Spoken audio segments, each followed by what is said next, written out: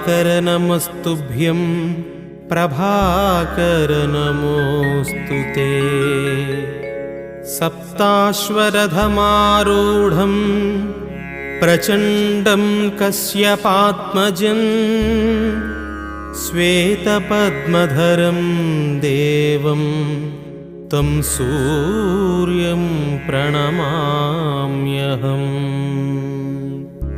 लोहितं रथमारूढं सर्वलोकपितामहं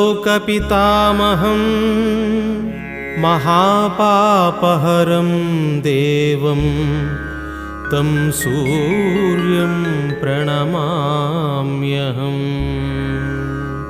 त्रैगुण्यं च महासूरं ब्रह्मविष्णुमहेश्वरं महापापहरं देवं